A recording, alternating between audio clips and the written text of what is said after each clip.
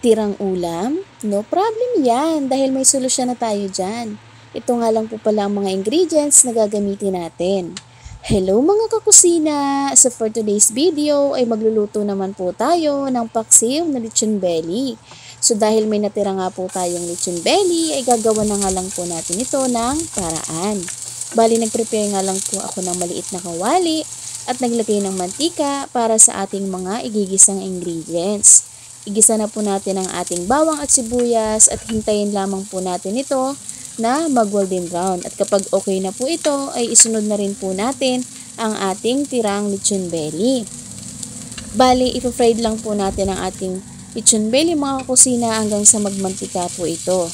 At kapag ganito na nga po ang texture ng ating lechon belly mga kakusina, ay magdadagdag nga lang po pala tayo dyan ng 2 tasang tubig. Yes po mga kakusina, 2 lang po dahil pangit naman po pagka marami na pong sabaw. So ayan po mga kakusina, mag-add na po tayo ng 2 tasang tubig at pakukuliin nga lang po natin ito mga kakusina.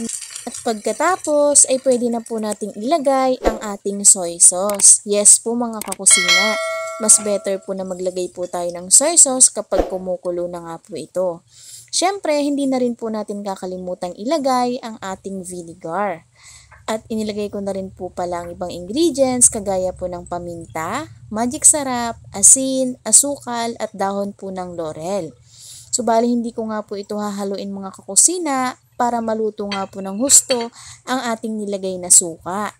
Bali tatakpan ko nga lang po pala ito at pakukuliin ko nga lang po ito ng 10 minutes. So after 10 minutes nga po mga kakusina, ay ganito na nga po ang itsura niya. Hahaluin nga lang po natin ito mga kakusina at pagkatapos ay ilalagay na rin po natin ang ating sarsa. Bali Mang Tomas nga po pala ang ginamit ko dito mga kakusina at hindi nga po sponsor dyan. Mang Tomas baka naman. Charot! Hahalu-haluin nga lang po natin itong mga kakusina at tatakpan nga lang po natin ito. At pakukuliin ko nga lang po ng 5 to 10 minutes. Yes po mga kakusina, 5 to 10 minutes na nga lang po para hindi naman po matuyo ang ating sauce o ating sabaw. Maraming salamat nga po pala sa panonood ng reels at video ko sa aking Facebook page mga kakusina. At kung gusto niyo po ng ibang dish ay meron po ako sa aking YouTube channel.